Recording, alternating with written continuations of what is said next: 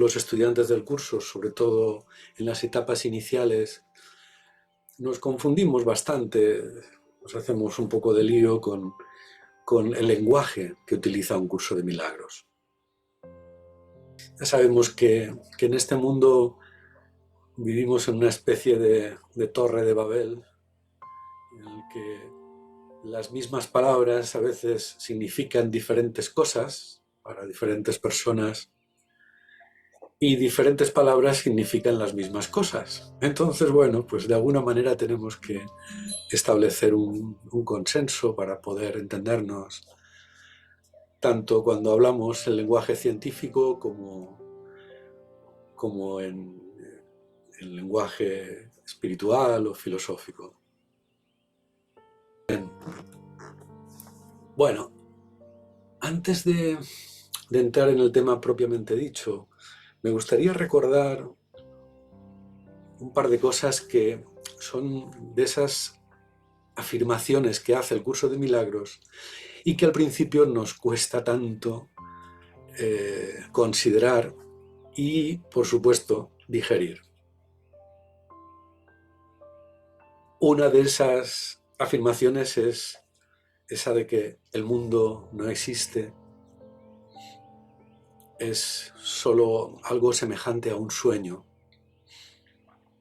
No es la mente la que está en el mundo, sino el mundo el que está en la mente que es un campo de conciencia enorme, algo así. Entonces, bueno, pues a todos nos cuesta comprender teóricamente y sobre todo llevar a la práctica en nuestra vida cotidiana ese concepto de que el mundo y el cuerpo son una ilusión de la mente y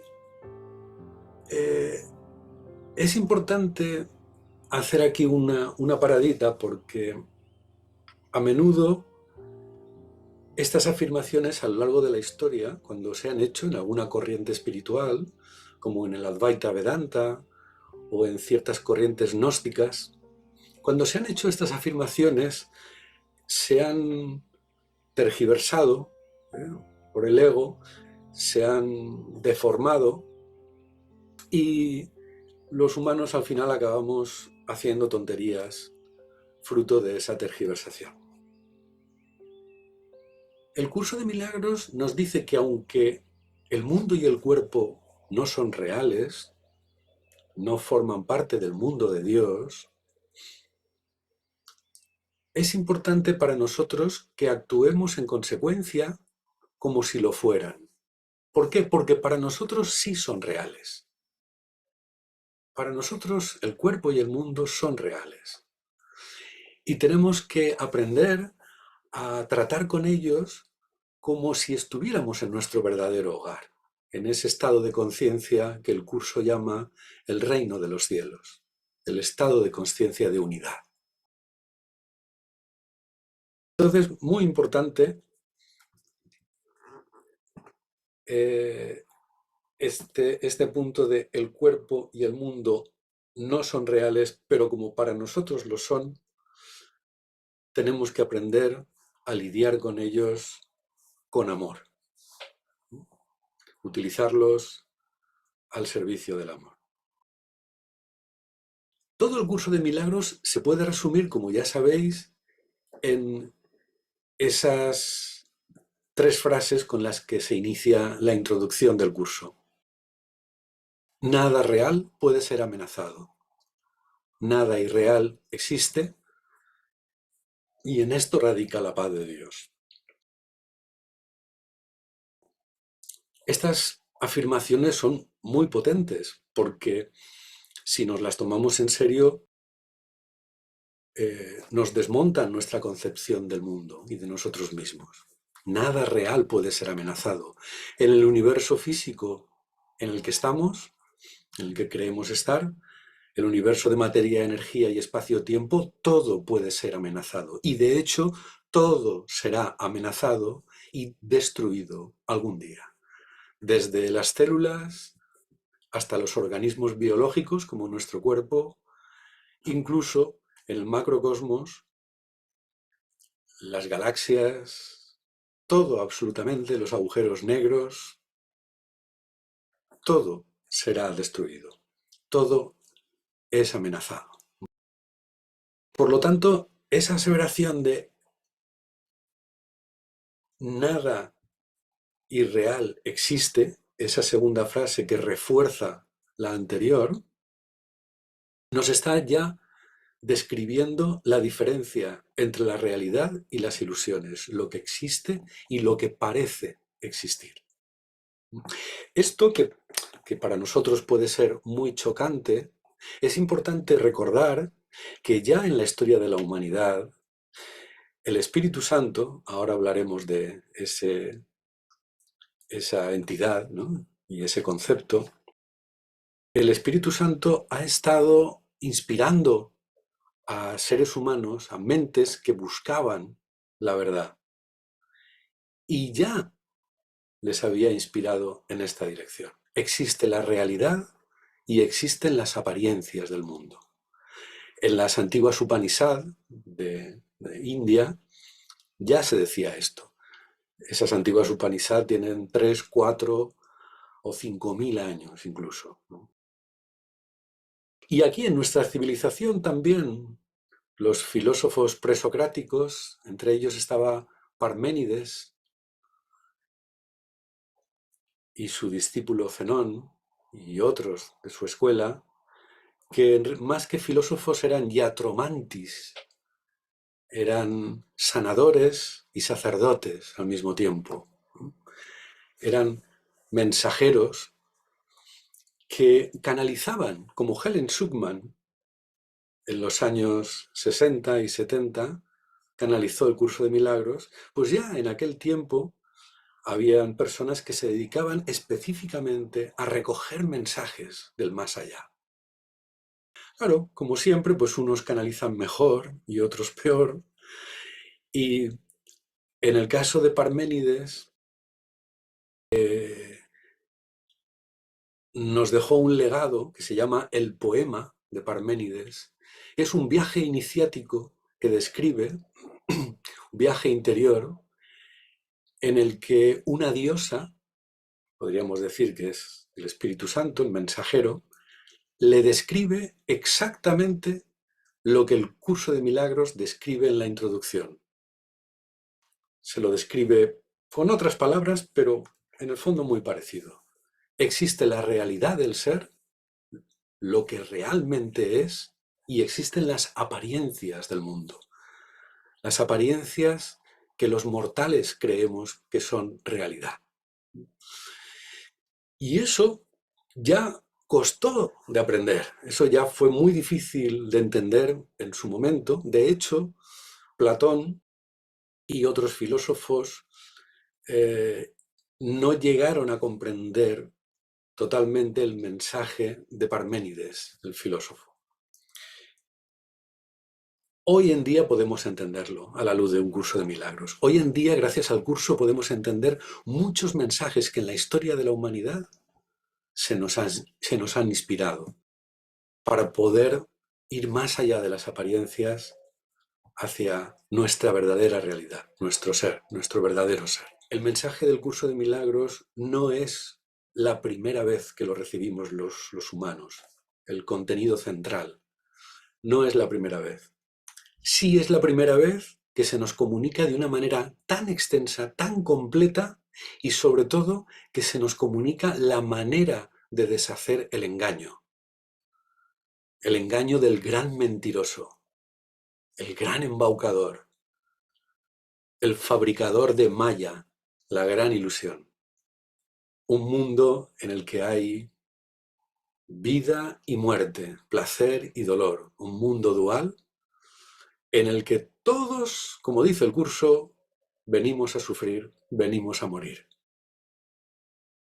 Pero es posible utilizar este loco mundo que hemos fabricado, es posible utilizarlo para despertar, para dejar el sufrimiento atrás. El mismo mundo que el ego ha fabricado para hacernos olvidar quiénes somos, ese mismo mundo y ese mismo cuerpo que pretende sustituir a nuestro verdadero ser puede ser utilizado al servicio del ser. No hay nada malo en este mundo, nada es condenado por Dios ni por su mensajero, su puente, el Espíritu Santo.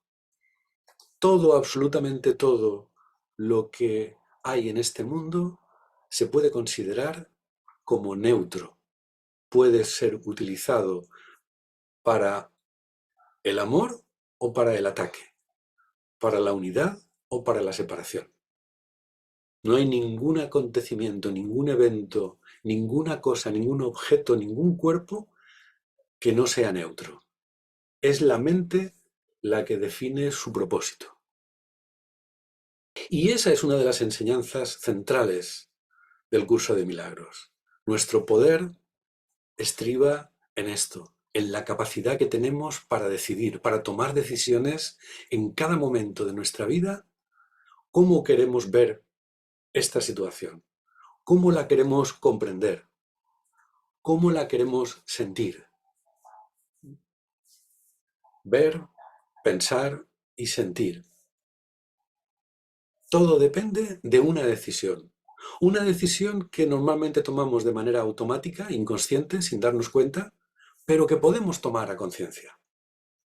Una decisión que normalmente tomamos a favor del ego en su línea de ataque-defensa, desde el miedo, pero que podemos parar, volver atrás, dar un paso atrás y volver a decidir. Ese es uno de los elementos centrales del curso de milagros. El poder para tomar decisiones acerca de cómo quiero ver, pensar y sentirte a ti, a mí o cualquier cosa de este mundo. Otra de las cosas que dice el curso y que veremos en profundidad es que este mundo no lo ha creado Dios. Ya hemos comentado de pasada esto. Esto es algo muy importante. Este no es el mundo de Dios. Normalmente las religiones y la mayoría de corrientes espirituales involucran a Dios con el mundo, como creador del mundo. Pero Dios nunca habría, Dios entendido como fuente creadora, madre, padre, la perfección, el amor perfecto, nunca habría creado un mundo imperfecto como este. Este es un mundo imperfecto, un mundo en el que hay dolor, deterioro, oxidación, envejecimiento, enfermedad y muerte. Y esto tampoco el curso es el primero que lo dice. Recientemente, en el siglo XIX, ya lo decía Schopenhauer. Decía que Dios no era el creador de este mundo. Se atrevió a hacer esa distinción. Aunque no resulta extraño teniendo en cuenta que Schopenhauer era un ávido lector de las Upanishad, la antigua sabiduría de la India. Gran filósofo. Entonces, vamos a hablar un poquito más a fondo del tema de hoy, después de esta breve introducción, que tiene que ver con las palabras, los conceptos y los pensamientos.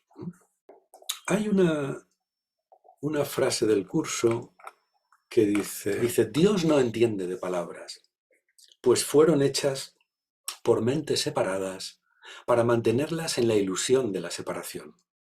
Las palabras no son más que símbolos de símbolos, por lo tanto, están doblemente alejadas de la realidad.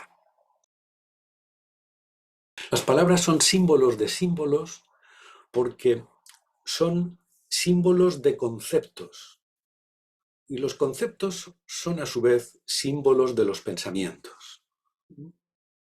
Entonces, la palabra es un símbolo en forma de imagen y de sonido, es una representación que la mente fabrica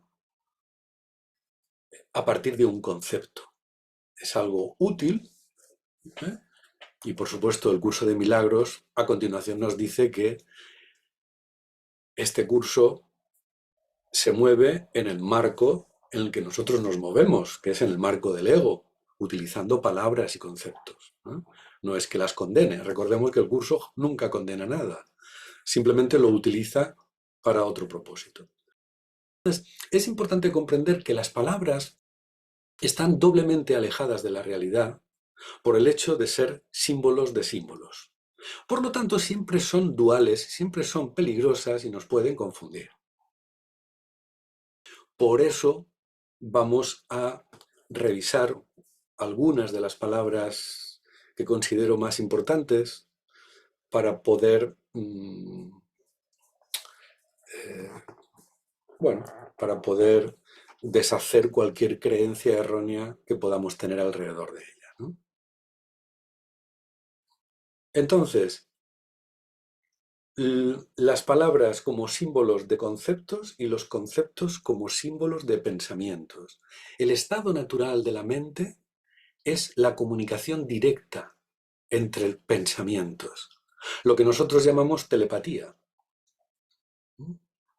comunicación entre mentes. Ese es el estado natural de las mentes y es el estado natural al que todos llegaremos, primero en este mundo, a medida que el ego se vaya deshaciendo, a medida que se van deshaciendo los obstáculos que, que hemos puesto al amor, a la comunicación,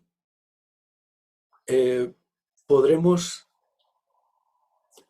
saber, pensar y sentir lo que nuestros hermanos piensan y sienten. A veces nos sucede, a veces tenemos ráfagas de esto, ¿verdad? En algunos momentos nos llega esa comunicación directa, ¿eh?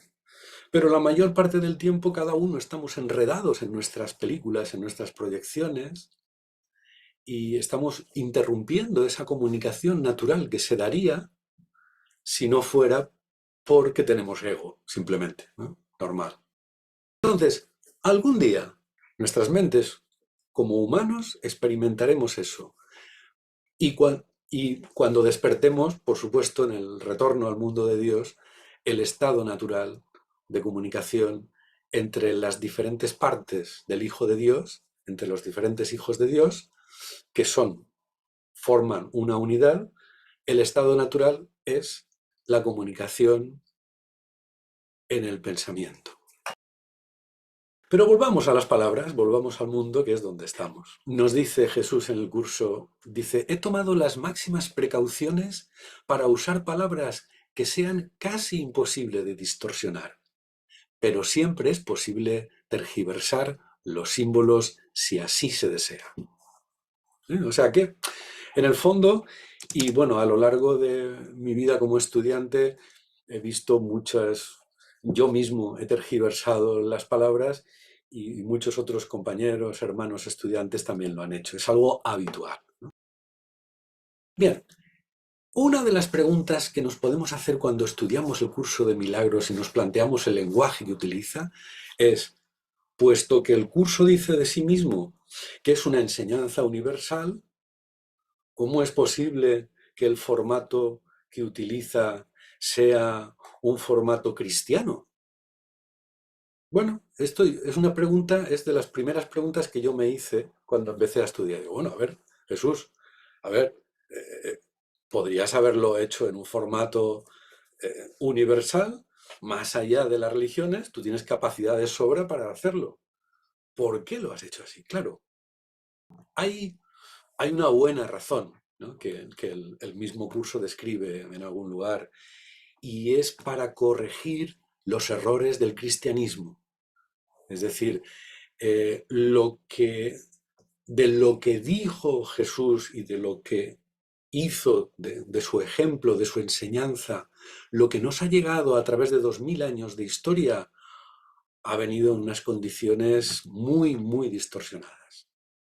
El cristianismo es una elaboración posterior de San Pablo, San Pedro y sobre todo de la antigua Roma, el imperio, ¿no?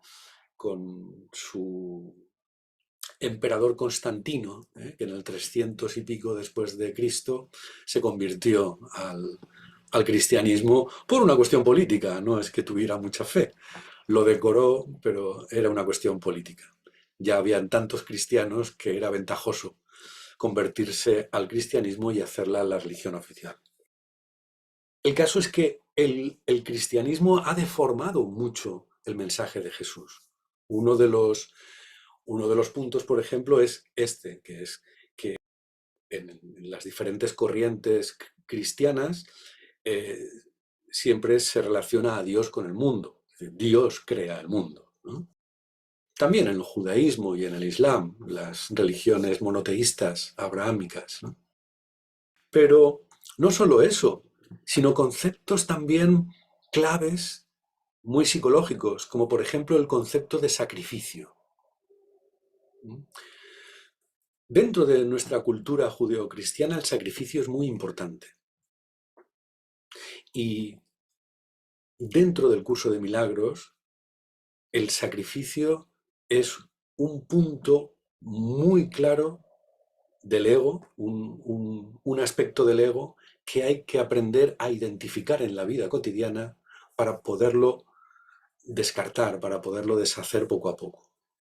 Sacrificio significa, resumiéndolo mucho, que alguien tiene que sufrir para que otro sea feliz. Y eso, nos explica Jesús en el curso, es una verdadera locura. No se puede favorecer la felicidad de un hermano a través del propio sufrimiento. Sí se puede, podríamos decir, hacer algo que a nuestro ego le incomoda. El ego se rige por la ley de la comodidad y a veces tenemos que tomar una decisión en dirección contraria a esa comodidad egoica, pero eso no significa que tengamos que sufrir cuando hacemos, pensamos o tomamos una decisión acerca de algo. No. Sufrir para hacer feliz a alguien forma parte de la dinámica del ego, no tiene nada que ver con la dinámica del amor. Ya lo veremos en su momento más a fondo.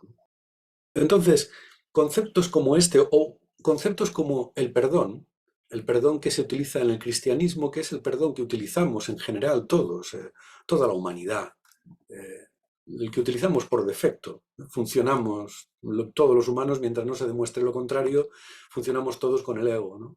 Y funcionamos con un tipo de perdón que no tiene nada que ver con el perdón del curso. Ese perdón hace real el error. Esto es algo muy importante que el curso repite una y otra vez. No hagas real el error. Mira más allá del error. No te detengas ahí. No le des fuerza. ¿No? Y sobre todo no lo conviertas en pecado. El ego lo que hace es recoger los errores de los demás y los propios y convertirlos en maldades, en pecados. Y una vez ha convertido en pecado un error, convierte a quien lo comete en pecador. Esa es la cuestión. Y a partir de ese momento el pecador ya no puede dejar de serlo.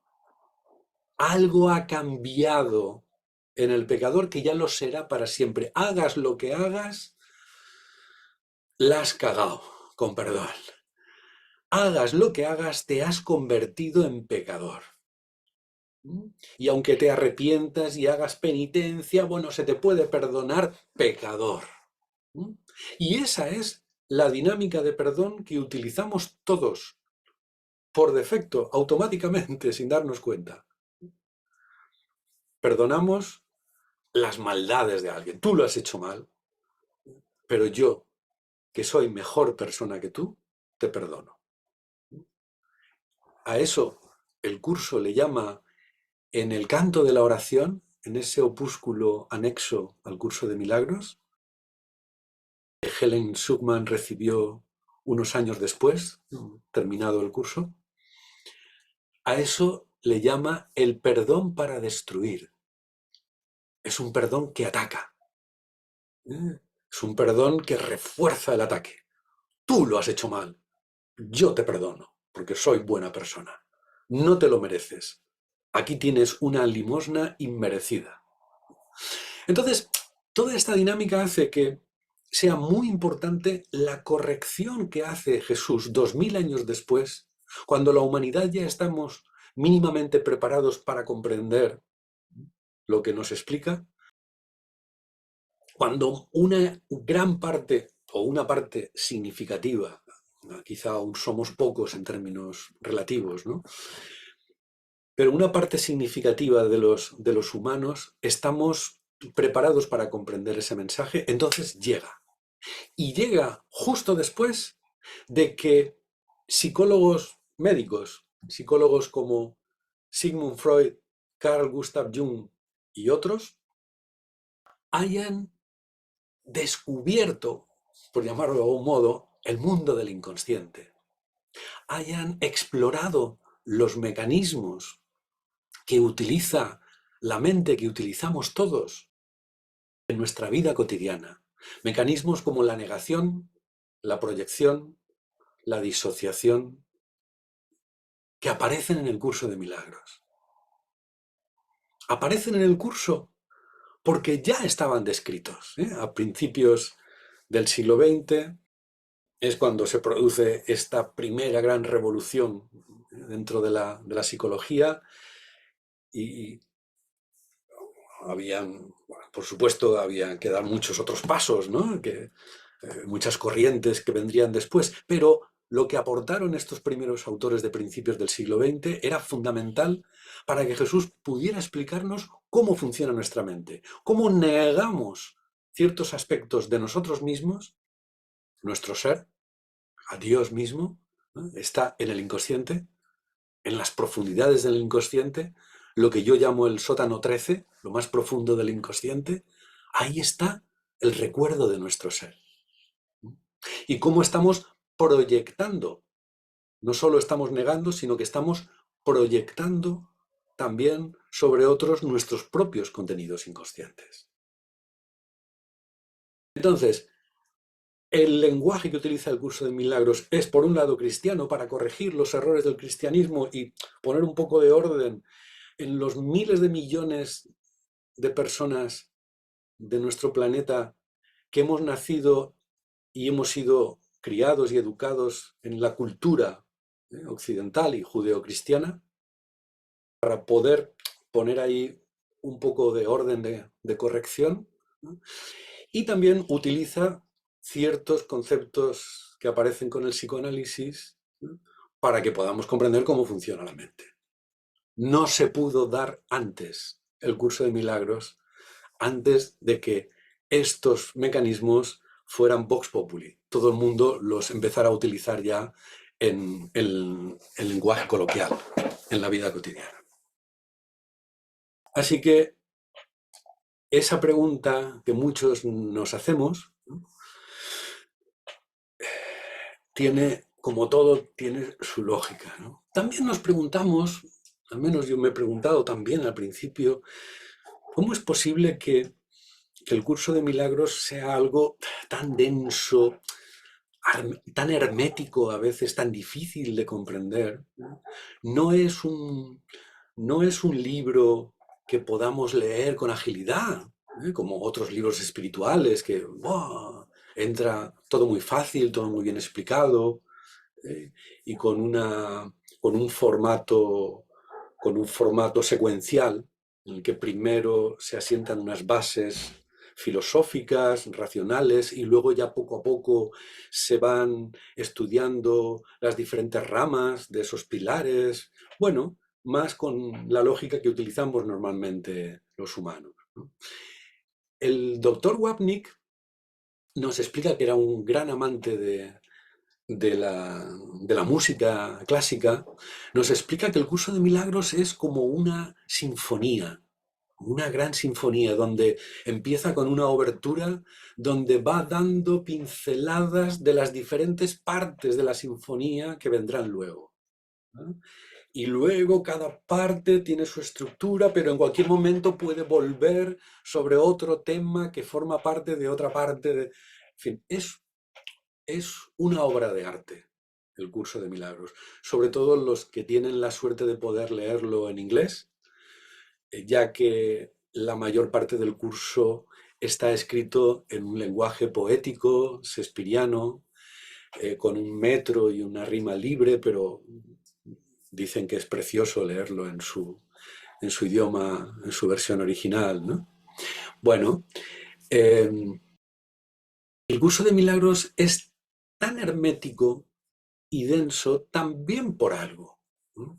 Seguro que hay muchas razones que se nos escapan, pero una de ellas tiene que ver con que para entenderlo, para poder leerlo, tienes que pensar. Lees una frase, vale, lo entiendo. Lees la siguiente, no la acabo de entender. Voy a la que viene después y ya me he perdido. Tengo que pensar lo que me está diciendo en esta frase para poder conectarlo con lo que me va a decir. O sea, tengo que pensar.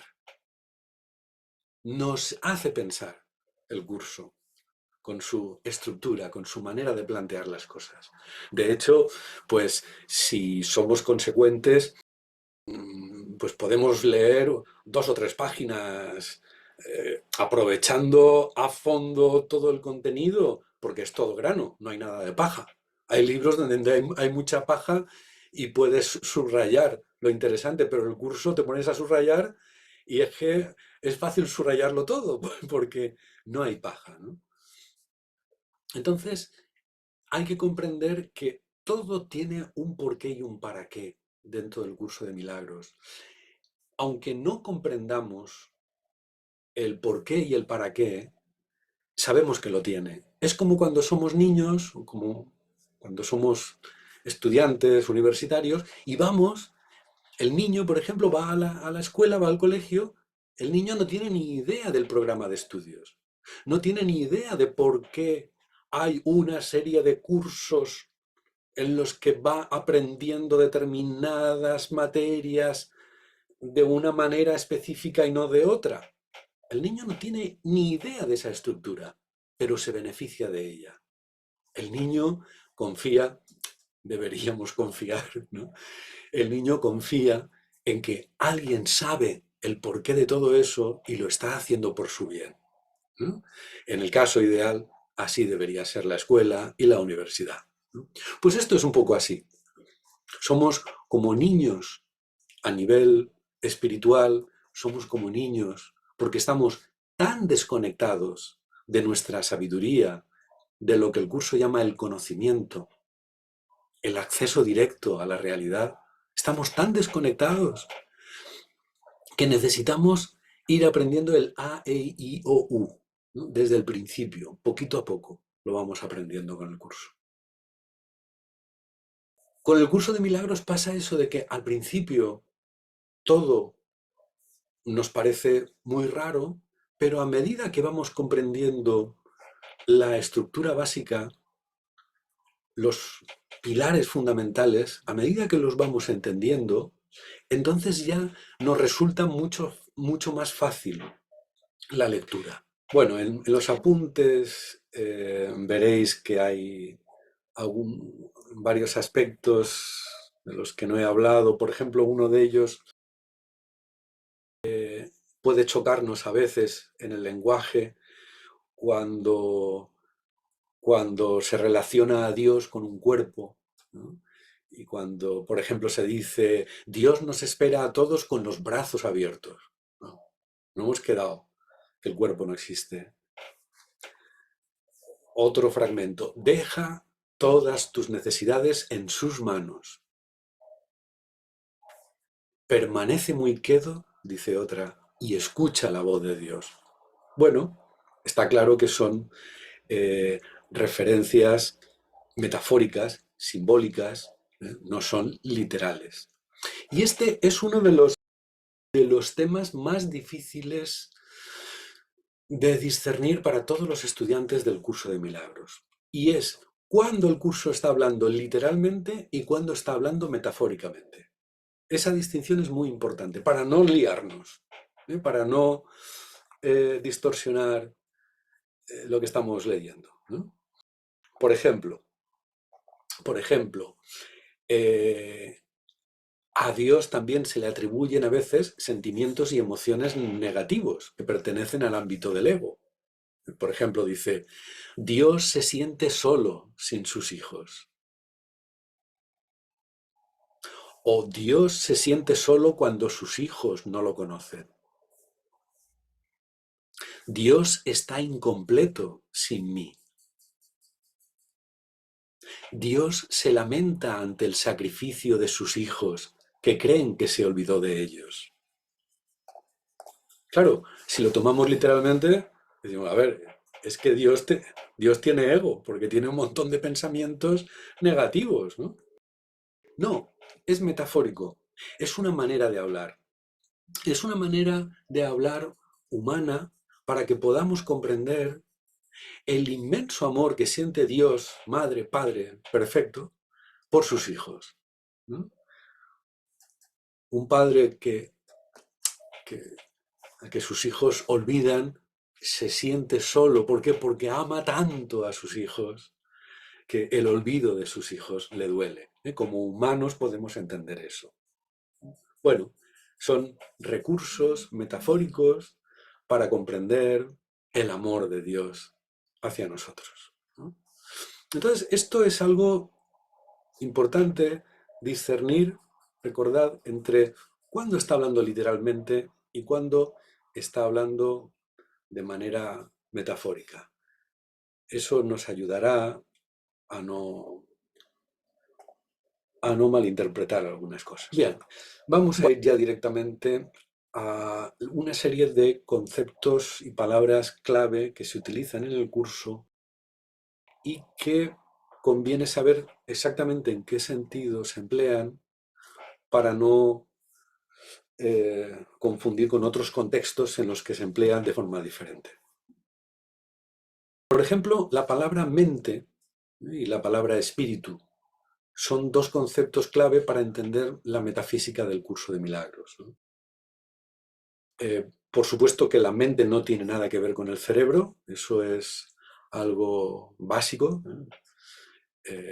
La mente es otro nivel de realidad, diferente al cerebro, que forma parte de este universo físico, de materia, energía y espacio-tiempo. Y el curso utiliza el término mente para referirse a la totalidad de la experiencia psíquica. No caigamos en el error frecuente en los ambientes espirituales actuales, en el que se utiliza la palabra mente como contrapunto del corazón. La mente y el corazón. La mente entendida como intelecto y el corazón entendido como sentimientos.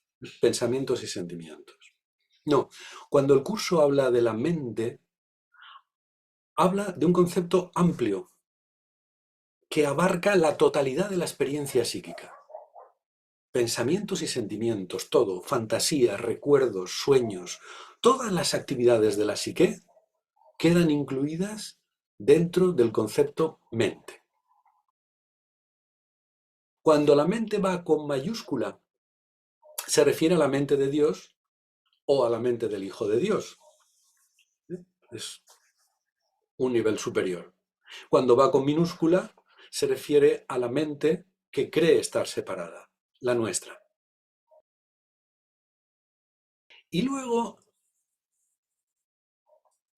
es importante en la clarificación de términos, a ver, os voy a leer el fragmento, en la clarificación de términos, al final de los 3 libros del curso de milagros, dice,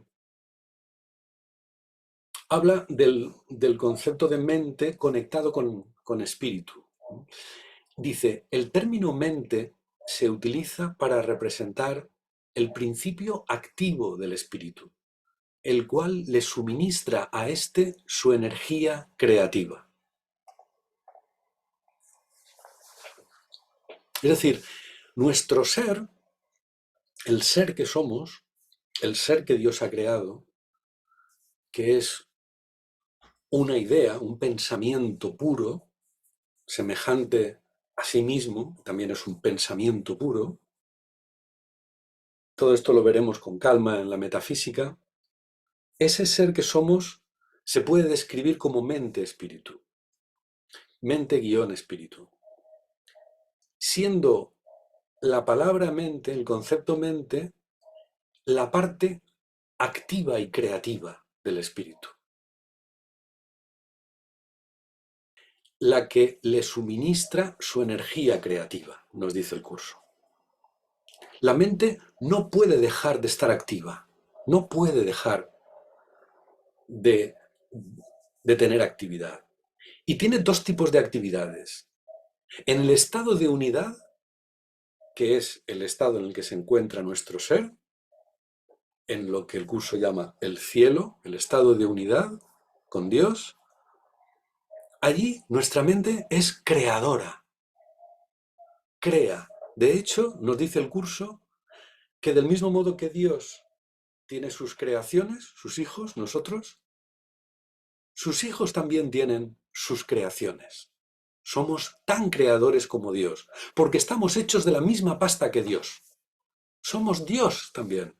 No hay nada que no sea Dios en el mundo de Dios. Todo es así de hermoso, de poderoso, de intenso, de bello, de alegre, etc. Entonces, en el estado de unidad, la mente crea.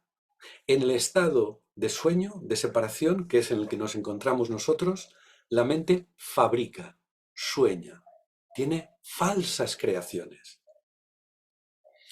Este mundo, este universo, es el resultado de una falsa creación, que la hemos fabricado entre todas las mentes, con la mente colectiva, lo que algunos filósofos llaman la mente transpersonal.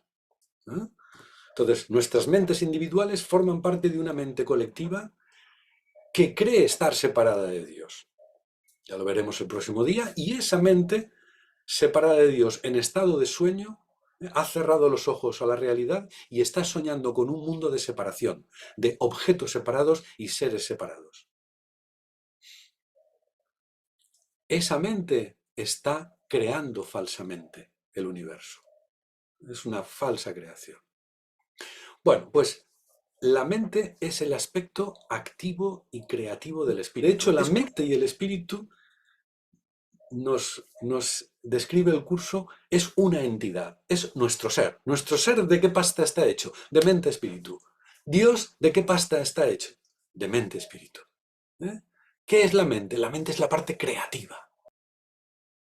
Bueno, este es un concepto clave para poder entender la metafísica del curso que veremos en otra sesión. Esto es importante. Cuando el curso habla de la palabra Cristo, no es lo mismo que cuando en el cristianismo se habla de Cristo. En el cristianismo Cristo es Jesús, solo Él es el Cristo, los demás somos hijos de Dios, hijos adoptivos de Dios, pero Él es el primogénito, de alguna manera, o el único hijo de Dios. Nosotros somos de segunda categoría. Pues en el curso de milagros Jesús nos dice que todos somos hijos de Dios iguales, que no tenemos por qué adorarle a Él o reverenciarle a Jesús como si fuera diferente. Solo respetarle, nos dicen los primeros capítulos del texto, solo respetarle como se respeta a un hermano y a un hermano mayor, en este caso, que nos está ayudando a salir del sufrimiento. Pero que somos exactamente lo mismo y que llegaremos, cuando despertemos, al mismo estado que llegó él y que han llegado otros que han despertado. Entonces, el concepto de Cristo y de Hijo de Dios son equiparables, son lo mismo. Cristo es igual al Hijo de Dios, al Hijo de Dios uno, al único Hijo de Dios. Dios vive en la unidad, es uno con su Hijo, y su Hijo, siendo múltiple, es uno a la vez, ¿no? Son cosas que desde nuestro estado de conciencia dual, limitado, egoico, no podemos comprender bien, pero podemos hacernos una idea. En el mundo de Dios todo es una unidad en el fondo. Entonces, la palabra Cristo, la palabra Hijo de Dios, el concepto Hijo de Dios y el concepto el ser con mayúscula son equivalentes. Nuestra verdadera realidad es el ser, que es mente-espíritu, que es Hijo de Dios, que es el Cristo, ¿no? Y como antítesis a esto está el concepto de anticristo, que aparece en una sección de un capítulo, el concepto de anticristo, que es el ego. El Cristo es la mente-espíritu unificada, que vive en la unidad, y el anticristo, el ego, es la mente que cree estar separada, separada de otras mentes, separada de Dios y separada de su propio ser. Ese es el estado en el que nos encontramos, nuestras mentes egoicas. No hemos dejado de ser quienes somos. Seguimos siendo el ser que Dios creó, seguimos siendo el Cristo, cada uno de nosotros. Perfecto, maravilloso, hermoso, poderoso, que no conoce el sufrimiento, no conoce la muerte, en una aventura sin fin. Pero estamos desconectados de nuestra verdadera realidad. Ya veremos por qué. Entonces, mente separada versus mente unificada. El ego frente al ser. El ego frente al Cristo. Lo que somos de verdad.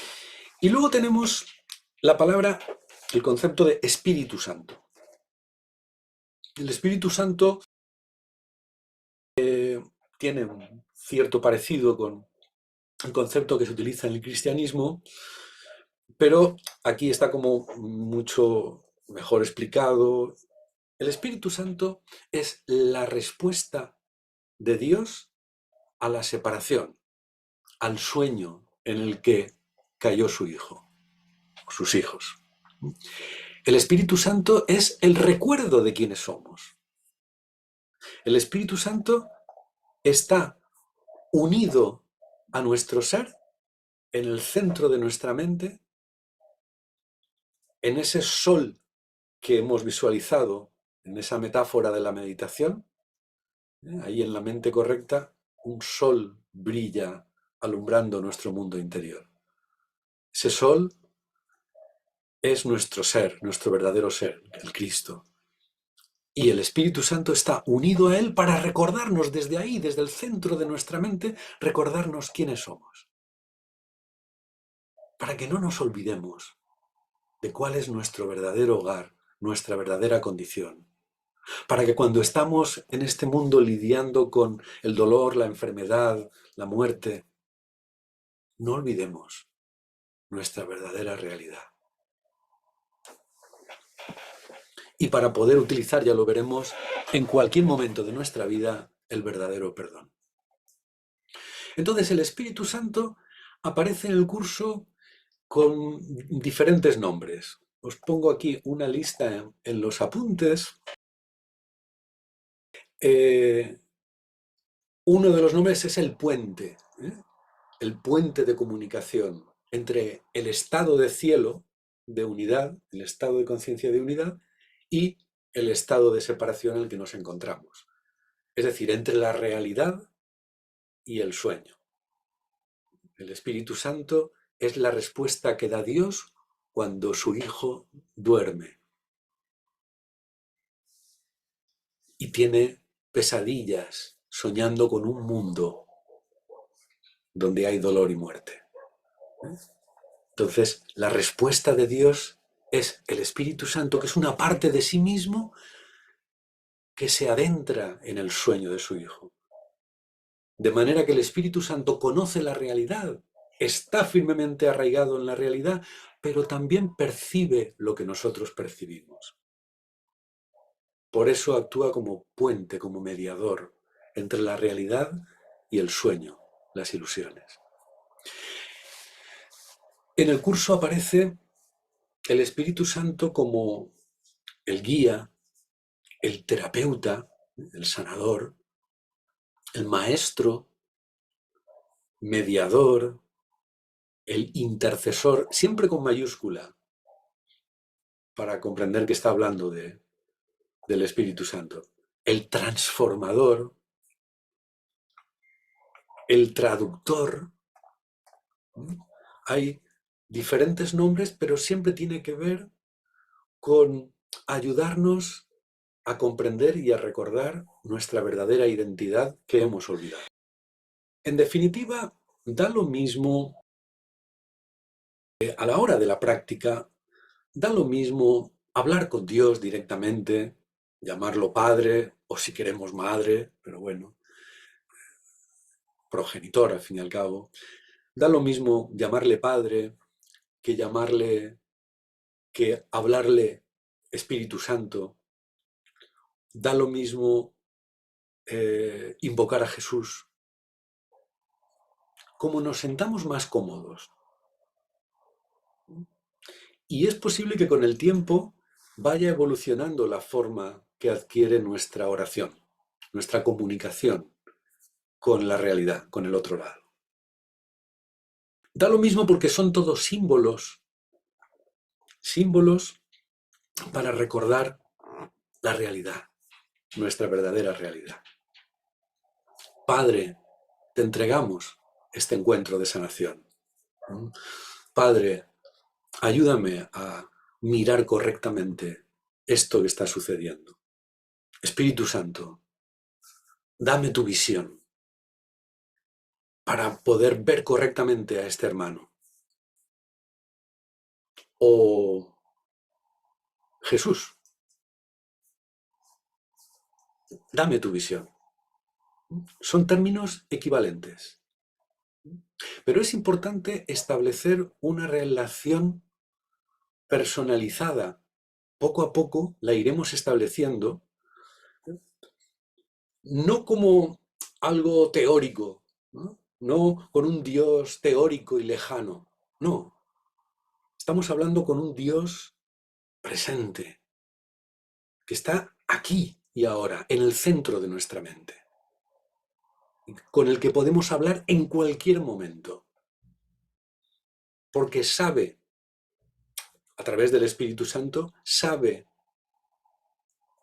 todo nuestro sueño, todo lo que nosotros vemos, todo lo que nosotros sentimos, porque está en el centro de nuestra mente. Y cada vez que le pedimos ayuda, en realidad estamos pidiendo ayuda a nuestro verdadero ser. No estamos delegando la responsabilidad en una figura ajena a nosotros mismos, como podríamos pensar. No, es que cuando le pido al Espíritu Santo, pues es como si hubiera, solucióname tú esto. A ver, esto lo iremos comprendiendo poco a poco, pero es muy importante. Para salir del sufrimiento, para abandonar la percepción errónea que tenemos, que nos hace sufrir, la interpretación que nos hace sufrir, tenemos una parte, es nuestro trabajo. Otra parte no. Una parte es nuestro trabajo, que es el reconocimiento de que estamos sufriendo porque estamos percibiendo de manera errónea lo que está pasando. Estamos percibiendo desde la separación, sin amor. Y nos estamos juzgando a nosotros mismos y sufrimos. O estamos juzgando a alguien y sufrimos. Y entonces, reconociendo que la causa del sufrimiento está en nuestra mente, pedimos ayuda. Pero reconociéndolo, asumiendo la responsabilidad sobre nuestra percepción, nuestra visión errónea, la del ego. Estoy sufriendo, luego estoy en el ego. Todo esto lo veremos con calma, pero ya es importante dar unas pinceladas. Estoy en el ego. No sufrimos a causa de los acontecimientos. Sufrimos a causa de la interpretación errónea que hacemos de los acontecimientos. No sufrimos por lo que los demás hacen, dicen o deciden. Sufrimos porque lo interpretamos de manera errónea, sin amor, sin sabiduría, sin conocimiento. Entonces, hay una parte en la oración que es nuestra y hay otra parte que no. Hay una parte en la que pedimos ayuda mientras soltamos el ego. Y hay otra parte que es el Espíritu Santo, quien la hace.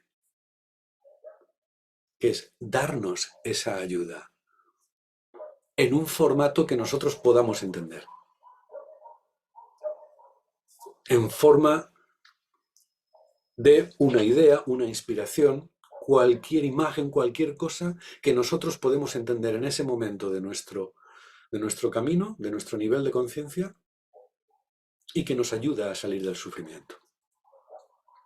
Todo esto lo veremos a fondo a la hora de hablar del verdadero perdón.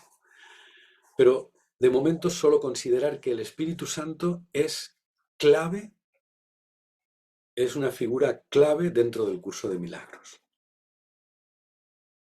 Porque es el puente entre el sueño y la realidad, el despertar.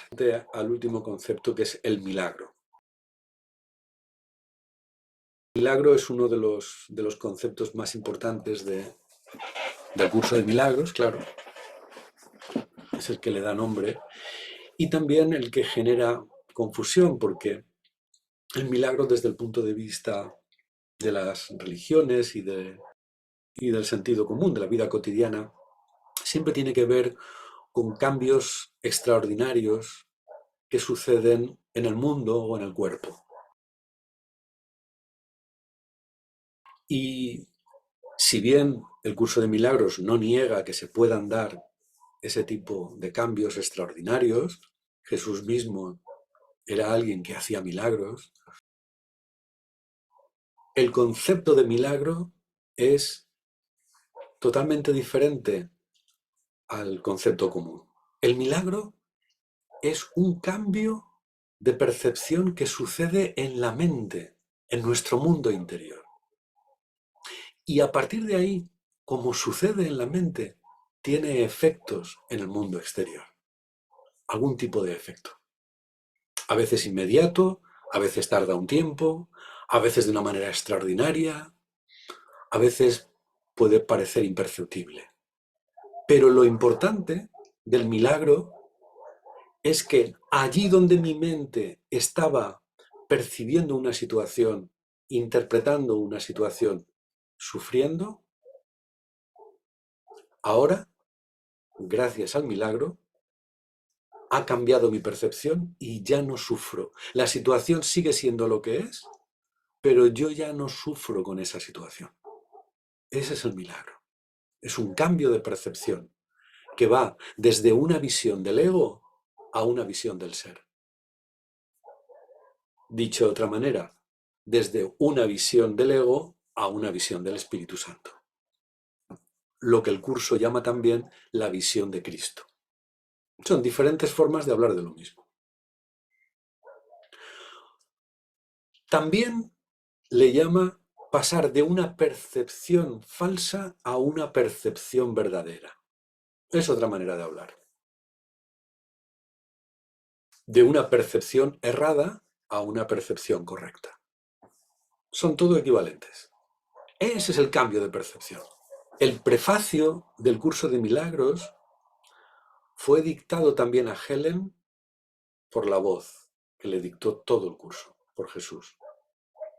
Y en ese prefacio, que son 3 o 4 paginitas, está resumido de una manera impresionante todo el curso de milagros.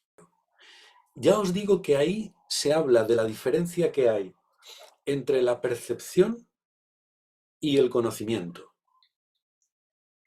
El conocimiento no tiene nada que ver, es otra palabra que también lo podríamos haber incluido dentro de estos apuntes. No está incluida. El conocimiento no se refiere a los conocimientos técnicos, como usamos la palabra conocimiento en ciencia o en filosofía, literatura. El conocimiento se refiere al concepto clásico de gnosis, el conocimiento como acceso directo a la realidad. Nuestro ser disfruta del conocimiento. Pero nuestra mente separada, nuestro ego, nuestra mente que cree estar separada, desconectada de su ser y de Dios, experimenta la percepción. Son dos niveles de realidad. El conocimiento es la realidad. Cuando despertemos gozaremos del conocimiento, pero mientras estamos en el estado de sueño, experimentamos la percepción. Es decir, percibimos un mundo, percibimos personas, seres separados, animales, cosas. Ese es el mundo de la percepción. Y dentro de la percepción, el curso distingue dos aspectos: percepción verdadera y percepción falsa. Percepción falsa es ver el mundo desde el ego, con las gafas del ego, sin amor, separación. Percepción verdadera es ver el mismo mundo, con cuerpos, con cosas, desde las gafas del amor. Percepción verdadera y percepción falsa. En ambas seguimos viendo el sueño del mundo. No hemos despertado. Pero mirando el sueño del mundo con las gafas del amor, con la visión del Espíritu Santo, con la percepción verdadera, vamos despertando poco a poco. El camino hacia el conocimiento es a través de la percepción verdadera. Esto es importante, lo veremos más a fondo en el capítulo de metafísica, pero os doy unas pinceladas para que podáis entender ya un poquito lo que plantea muy claramente en el prefacio, está muy bien descrito, y hablaremos un poquito más de eso el próximo día.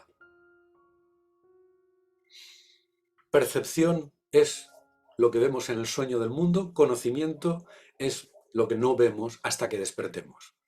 Conoceremos a Dios y a nuestro ser. Todo llegará.